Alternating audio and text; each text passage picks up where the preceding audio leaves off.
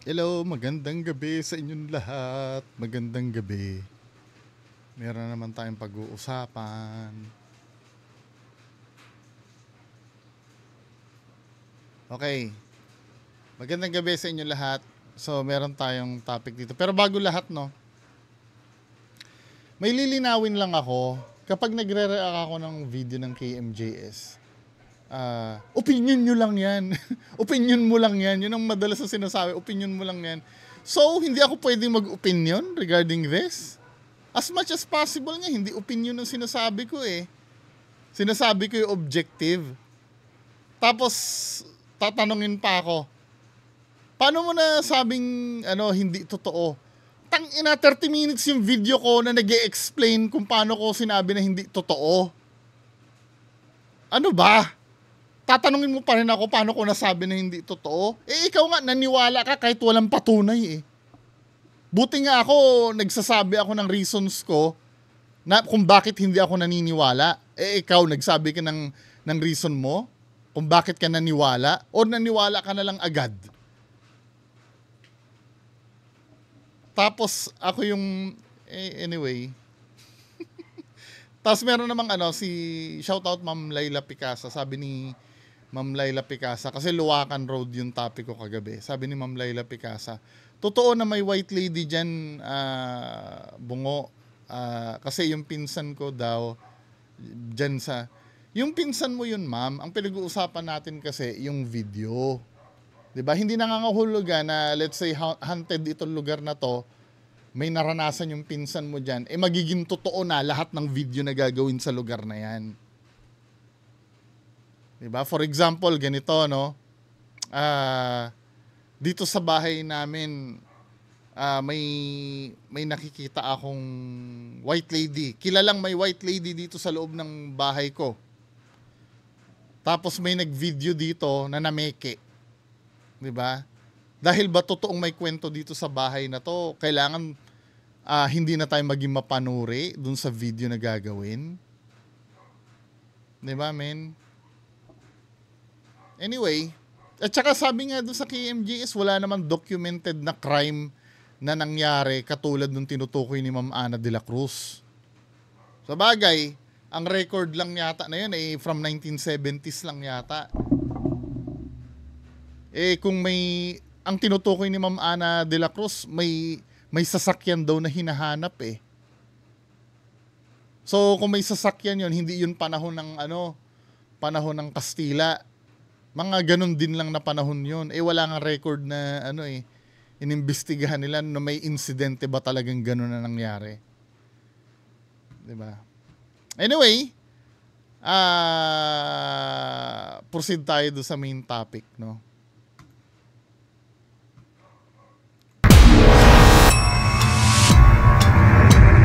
Bago pa na... Ini-encourage ko yung sa mga nanonood sa akin, makinig kayo sa sabihin ko. Ngayon, kung start pa lang ng video na to ay kontra na kayo, okay lang naman. Huwag niyo akong paniwalaan, ako na yung nagsasabi.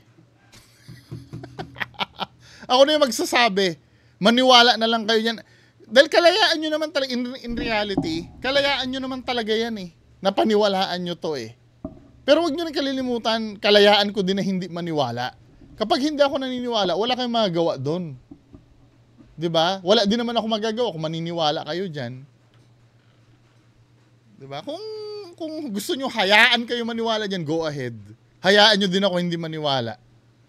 Kaya lang, kung panonoodin nyo yung video ko, tiisin nyo lahat ng sinasabi ko dahil video ko to eh.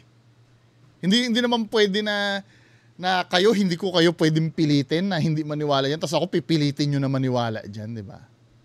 Anyway, pagpatuloy natin.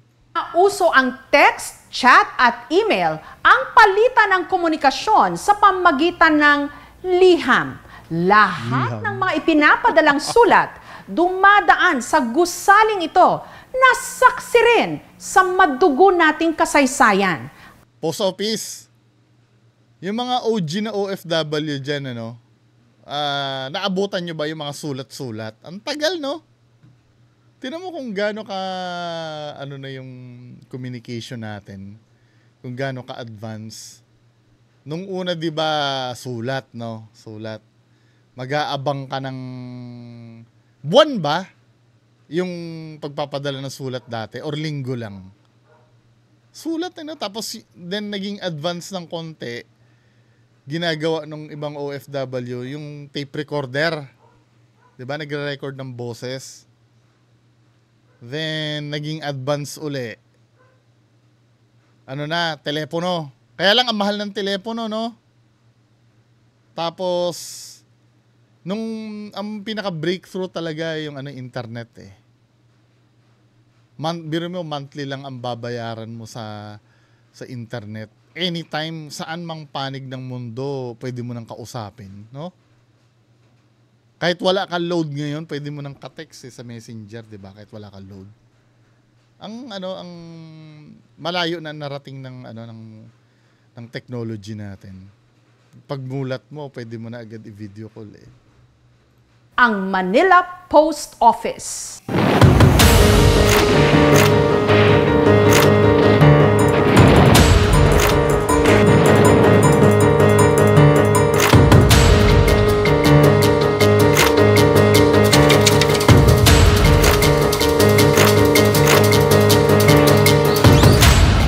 Ito, pwede daw itong pwede daw itong pasukin eh. Talagang kukuha ka lang ng permit sa munisipyo. Kaya lang wala talaga kaming time na maglakad eh. Sinong taga post office, taga munisipyo dyan? Ito ba yung nasunog noong nakaraan?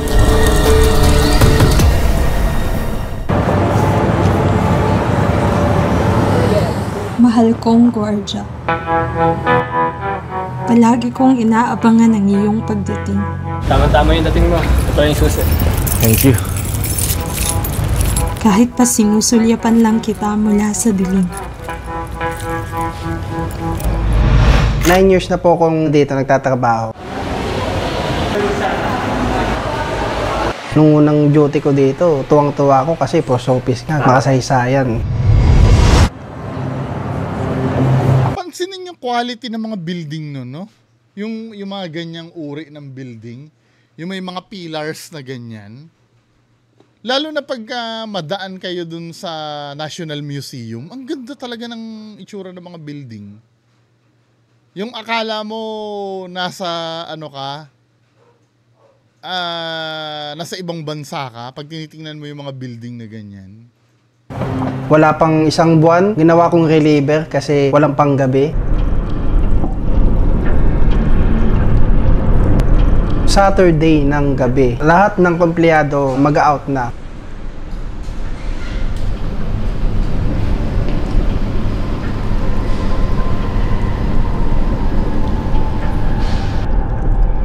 Manggugulat dyan.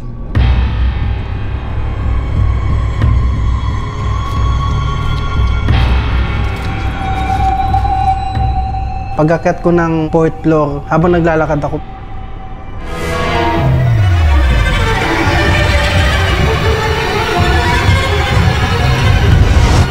biglang may bumatok sa akin. Pero nung nag-flashlight ako, wala akong nakita.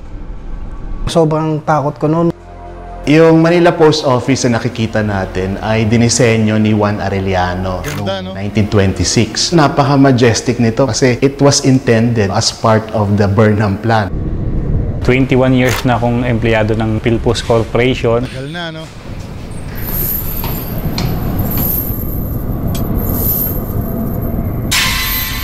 Naway, hindi mo maramdaman ang bigat ng tanika lang gumapos sa amin. Yung kalansing talaga ng kadena, pag bumabagsak step by step doon sa hagdanan, paglingon mo, wala ka naman makikita.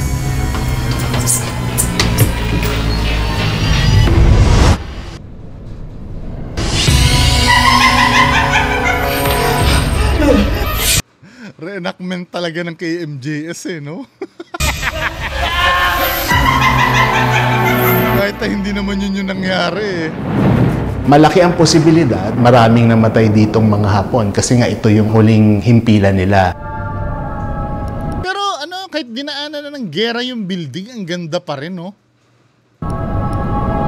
Parang hindi siya, At wala siyang bakas. ang kalupitan ng mga dumakip sa amin. Oh, Don! Ano nangyari sa'yo? Don! Sandali! Don!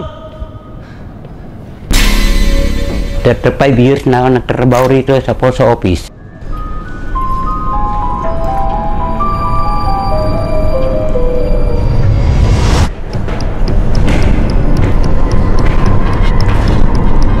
Meron nagmamarch dyan mga hapon. Parang hinahabol nilang white lady.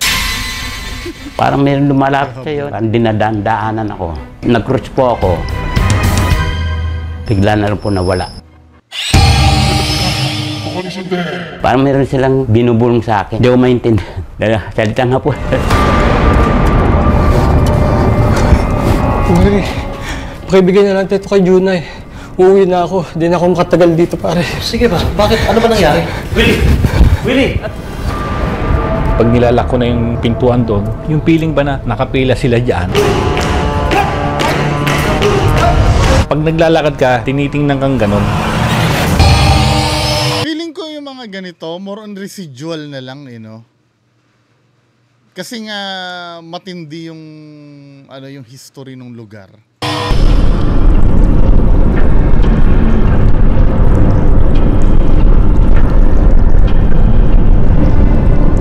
Ako po ay 3 years na po na nagtatrabaho po dito sa Postal ID. Jonay, pinapabot ni Willie. Nagmamadali yata pa uwi. Salamat, Larry.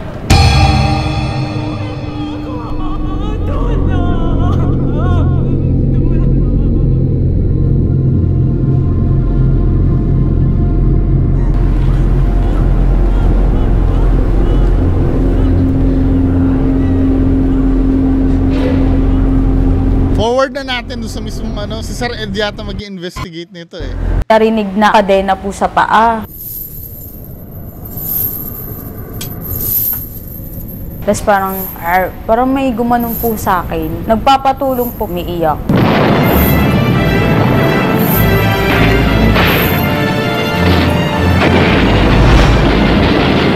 Pero alam mo, grabing brutal talaga ng mga Japanese noon, Yung ang dami nilang nire-rape, ang dami nilang... Hindi ko naiintindihan, di ba, pag nasa gera ka, nasa krisis ka nun, di ba? Bakit naiisipan pa nilang mang-rape? Di ba nila matiis yung yung tawag ng laman kahit na nagkakaputo ka na? Yun pa rin yung nila, yun pa rin yung mentality nila. O likas na, yung mga nasa Japan dyan, mga malilibs ba talaga ang mga Hapon? Hindi kadalasan yan ng yan ang naririnig ko ni-rape ng Hapon. 'Di ba kahit sa China din, 'di ba? Ganyan din ang ginawa nila. Kahit sa mga ibang lugar na sinasakop nila. Pero sa Germany, bibihira akong makarinig ng rape sa Germany. Meron naman siguro, pero hindi katulad nitong yung mga Japanese na palaging yan ang naririnig mo. Tsaka masyado talaga silang brutal.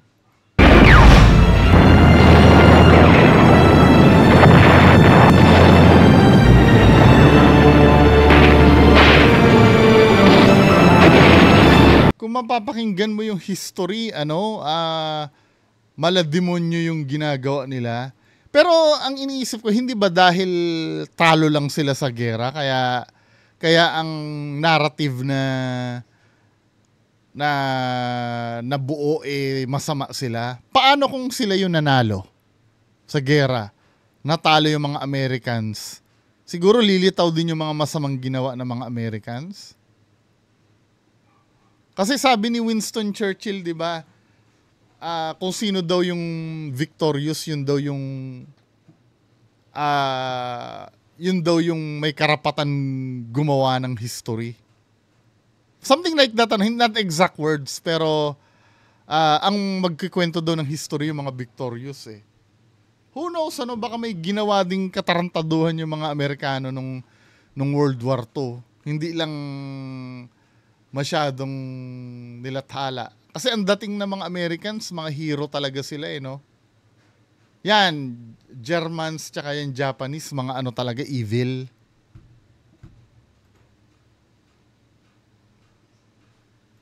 Po yung balahibo ko.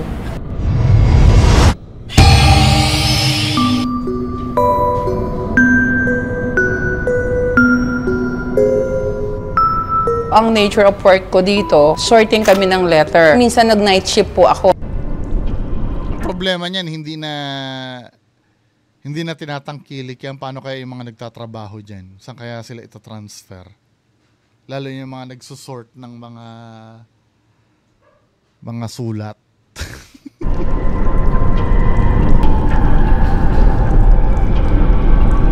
Doon sa dulong CR namin na ngayon condemn na siya. Binubuksan ko, wala naman tao. Walang sumasagot, pero nakalak ang loob.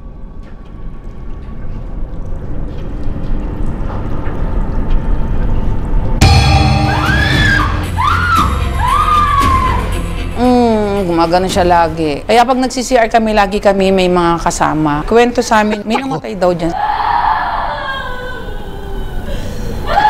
Sarap pasukin ito ah.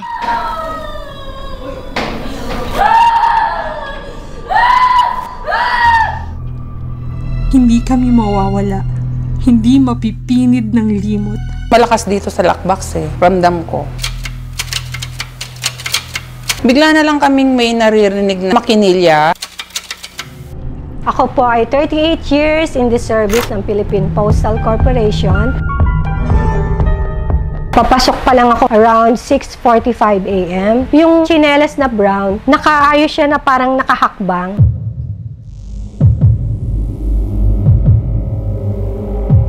Feeling ko talaga meron dun sa may likod kong nakaano. Kasi tumutunog yung kahoy eh.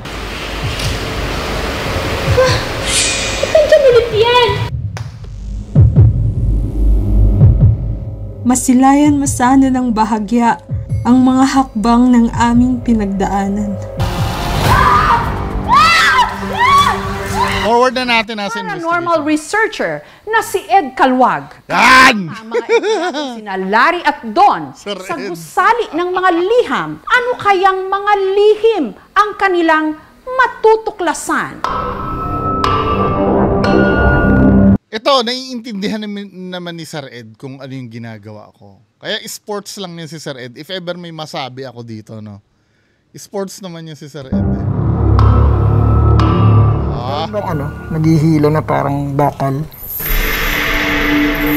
Pandemic siguro ito, may face shield pa sila. Parang torture chamber to eh. Mabigat na dito. Kinabutan na ako. Sakit sa ulo. Ay, may dumaan. Dito oh. Yung poste na to. So more or less itong mga yumayabag dito, yung mga sundalo. Ang problem kasi dito, no? Kaya hindi mo ma-determine if totoo o hindi ang sinasabi ng mga psychics. Yan, katulad ni Sir Ed, no? Kaya nagkakaroon din ng doubt. Kasi yung lugar na iimbestigahan nila ay historical. Ahead of time, pwede mo nang i-research. 'Di ba? Let's say, yan, Manila Post Office, no? Mag-Google ka ngayon, alam mo na magiging history ng Manila Post Office eh. So, dun pa lang magkakaroon ka na ng idea. Now, ang trabaho ng psychic patunayan na totoo yung sinasabi nila. Kaya wait lang, may kukuha ng tubig. Okay, continue tayo. Sana ba tayo? Kasi dumaan yung nangolekta ng container ng tubig ko eh. Sige, play natin. Maraming nagtatakbuhan. Parang may sumasabog, gigera. But generic pa rin nang sasabihin ni Sir Ed Calwag. Kasi nga, alam na natin lahat ng history nito eh. Diba? We don't know kung ang sinasabi talaga ni Sir Ed ay nare-read niya doon sa lugar. Kasi nga, alam na natin lahat ng history. Meron talaga nagtatakbuhan sa sa gera.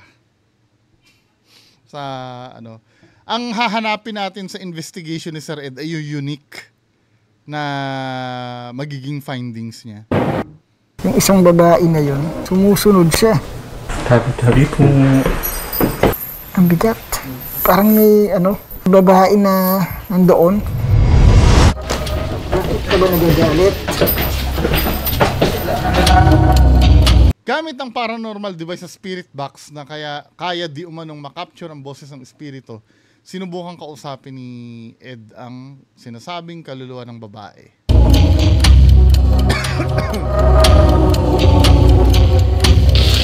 Magkaiba yung magkaiba yung spirit box tsaka necrophonic.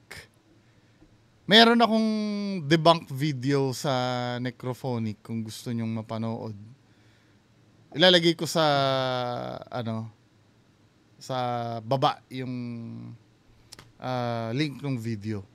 Pero yung spirit box kasi na tinutukoy, ang gamit niyan radio frequency. Well, debunkable din naman yan. Kaya lang yung pagkakataon na masasagap mo kasi yung sa necrophonic kasi stored audio yun eh. Yung audio na yun built-in na dun sa app. Ito kasi via airwave yung sound na papasok. Pwede kasing signal ng radio yon. As in radio talaga siya, kaya lang nagsusweep siya ng signal. Ang magiging unique lang sa spirit box kung yung sasabihin ng isang sentence. Malabo kasing mangyari yon kung ang aasahan natin radio dahil nag-shift ng frequency yun ng mabilis eh. Yung mabilis kasi yung shift nun, imposible makabuo ng kahit nga isang word eh, imposible makabuo yun eh. Pero tingnan natin tong ni Sir Ed. Ito po ang pangalan nyo. Yun. Agnes. Sinabi ba? Ito po ang pangalan nyo. Yun. Parang wala naman ako narinig. Agnes. Ilan po kayo na naririto ngayon? Isa. Dapat nakaharap yung speaker ng spirit box, hindi ko maintindihan yung sinasabi. Hindi nyo ba naririnig dito? Naghihila? Parang nahuhulog na nahuhulog.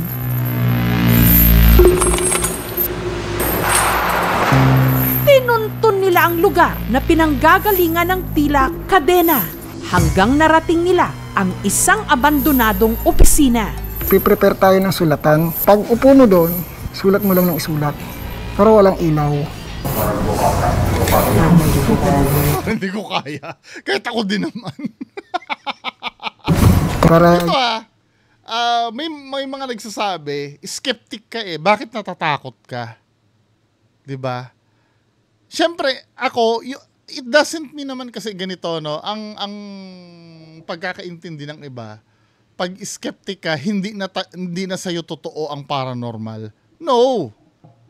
Naniniwala pa rin naman ako na may paranormal talaga. Kaya nga ako nag-ghost hunting eh.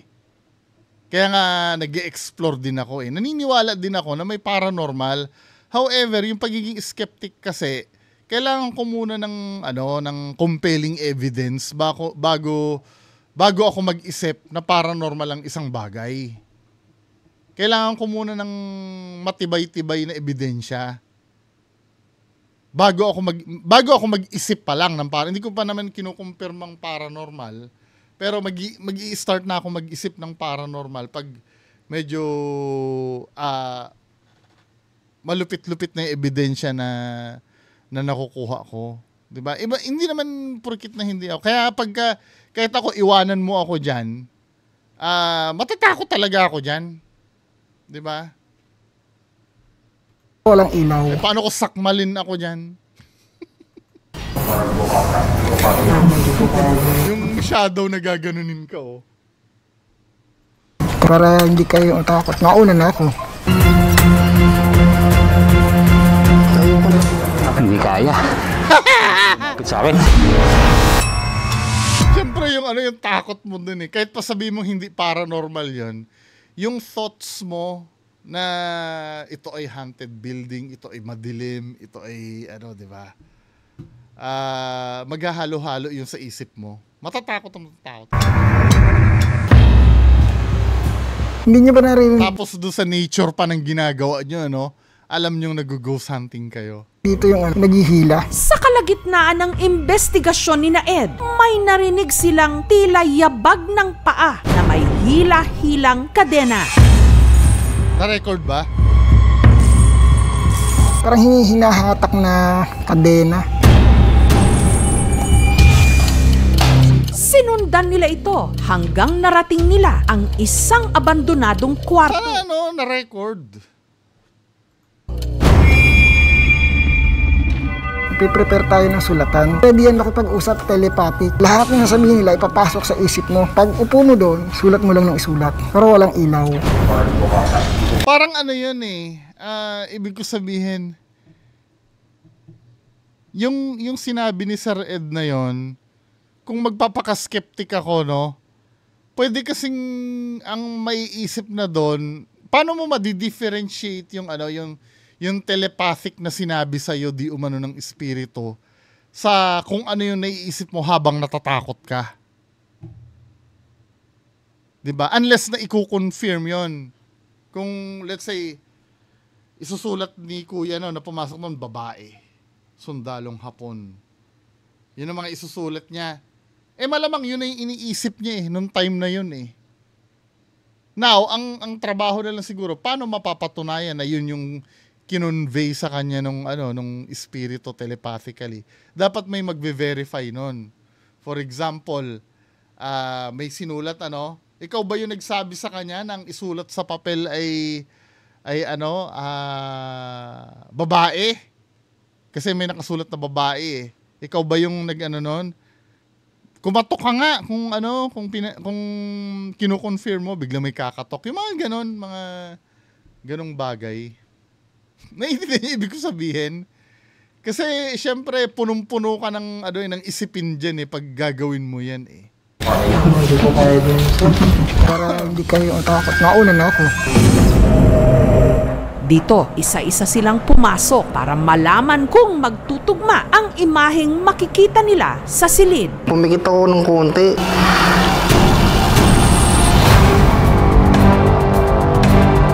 Malamang magtutugma yung susulatin nila kasi iisipin na nila yun Siyempre yung kwento doon, may white lady dito na may kadena. 'Di ba? May white lady na may kadena. Tapos syempre yun din yung iisipin ng susunod. Yun din na isusulat niya. Maliban na lang kung mga bagay na irrelevant yung isusulat nila. Let's say dyan sa lugar na yan magsusulat yung isa elepante. Tapos yung isa magsusulat din elepante. Na wala namang kinalaman doon sa lugar. 'Di ba? Pwede pa 'yon, pero kung ganyan na alam nyo na yung may encounter nyo, pwede kasing mangyari na magkakaparehas ang iisipin nyo. Tapos may narinig ako parang gumaganon. Natakot na ako. Wala na ako naisulat.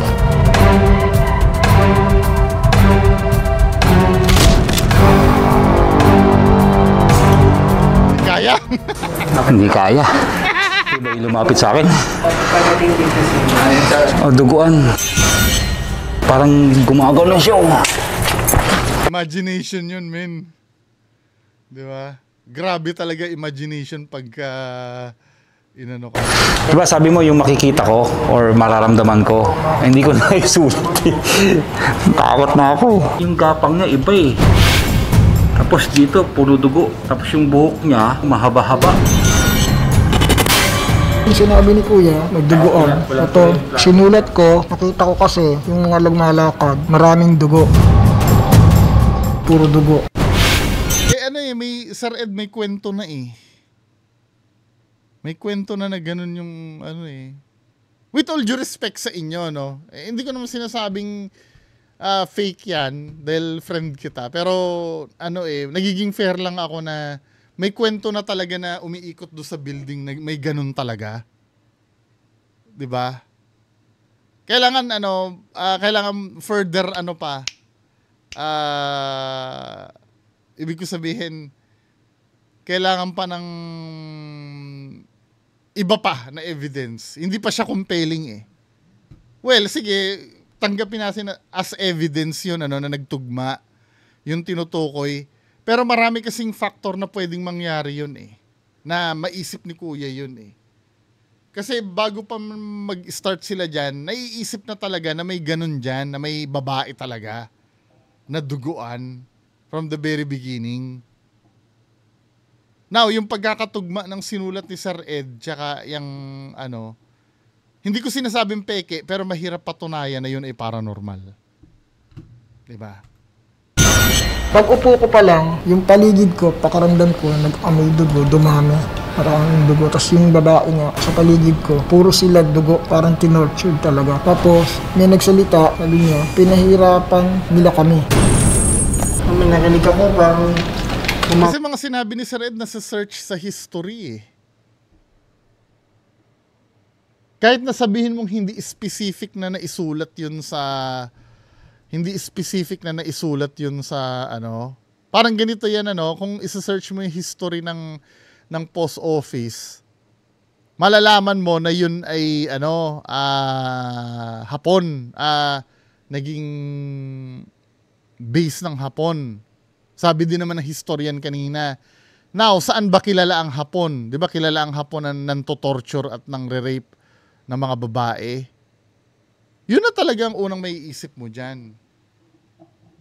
Kahit walang power, sabihin na, bigyan na natin kay Sir na may psychic ability siya, no? Pero kung kahit wala kang psychic abilities, yun talaga yung unang iisipin mo diyan eh. Kapag nalaman mo na ano na yan ay naging headquarters ng Hapon ng World War II. Diba? Alam naman natin ang history ng mga comfort women, ng kung gaano sila kabrutal, diba? Hindi ko sinasabing peke, bumabawi eh, no? Dahil tropa.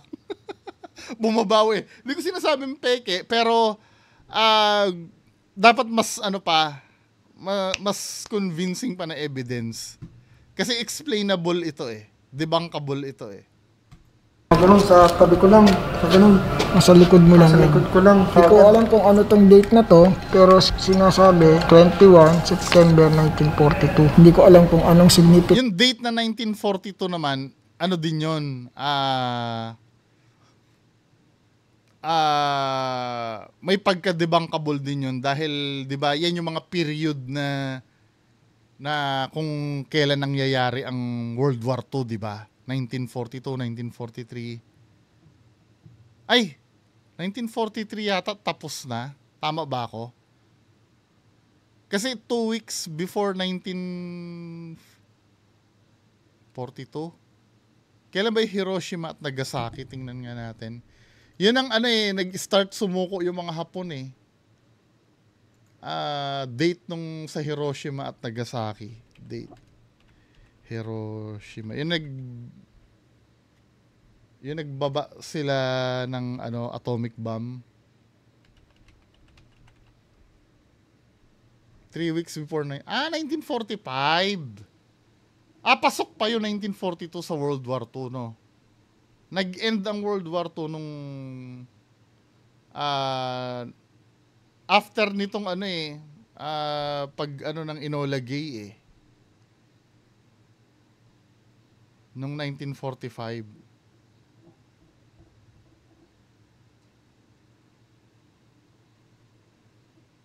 So 1942 ba nandito na yung Hapon sa Pilipinas?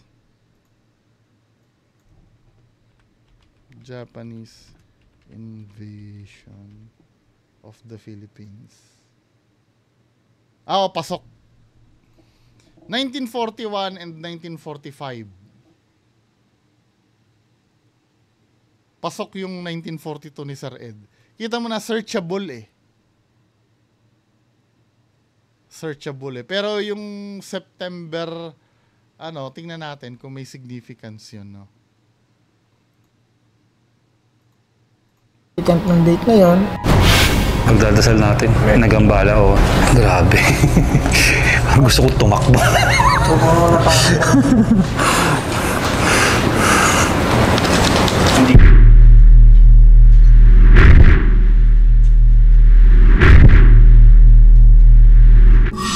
May part ba na nasa... Grabe, no? Talagang lumang-luma na yung mga ganyang itsura ng mga box.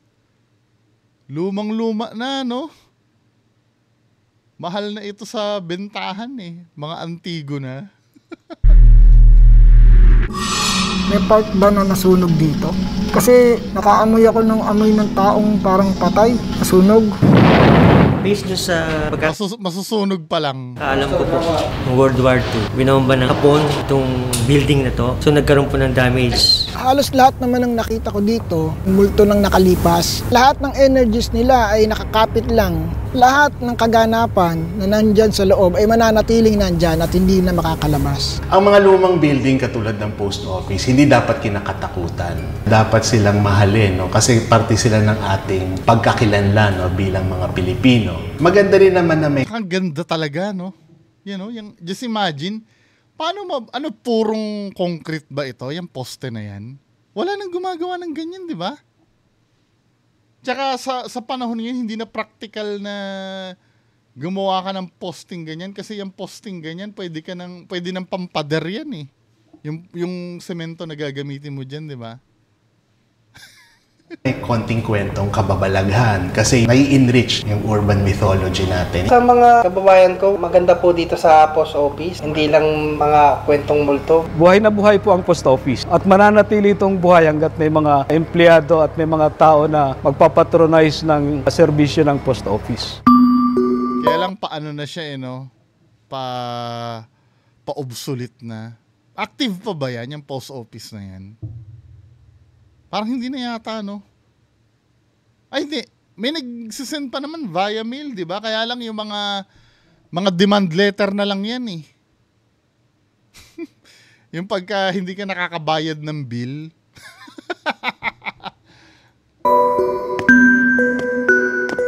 Hanggang sa muli, ang iyong...